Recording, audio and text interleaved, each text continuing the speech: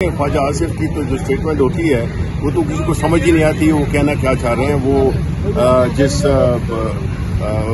जो बातें वो करते हैं उसका न तो कुछ सेंस बनता है। वो तो अपने खिलाफ, अपने हुकूमत के खिलाफ बात कर रहे हैं। महंगाई इस वक्त हुकूमत किसकी है? उधर वो कह रहे हैं, मरियम नवाज कह रही है कि हुकूमत तो हमारी नहीं है, मेरी हुकूमत नहीं है। तो आई डोंट नो कि फिर हुकूमत किसकी है।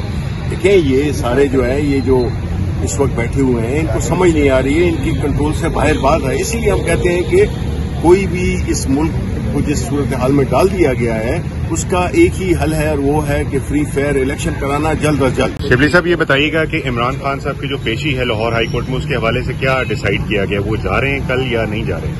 देखें, हमने खान साहब के, आपको पता है कि दो इश्यूज हैं। एक उनकी हेल्थ का, यानी जो जख्मी टांग है, और दूसरा है सिक्योरिटी का इशू।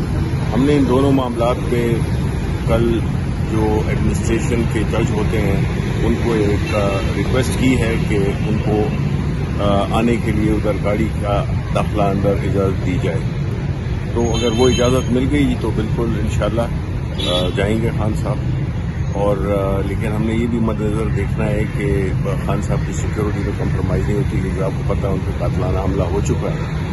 और दूसरा जो है, जो सबसे दूसरी अहम चीज़ है वो है कि उनकी टांग का जख्मी होना, जो कि अभी हीलिंग स्टेज में है। तो कोई भी धक्का, कोई प्रेशर, कोई उससे जो है ना उनका वो काफ़ी कॉम्प्लिकेट हो सकता है। तो ये बस बातें मद्देनजर हमने कोर्ट के आगे भी रखी हैं।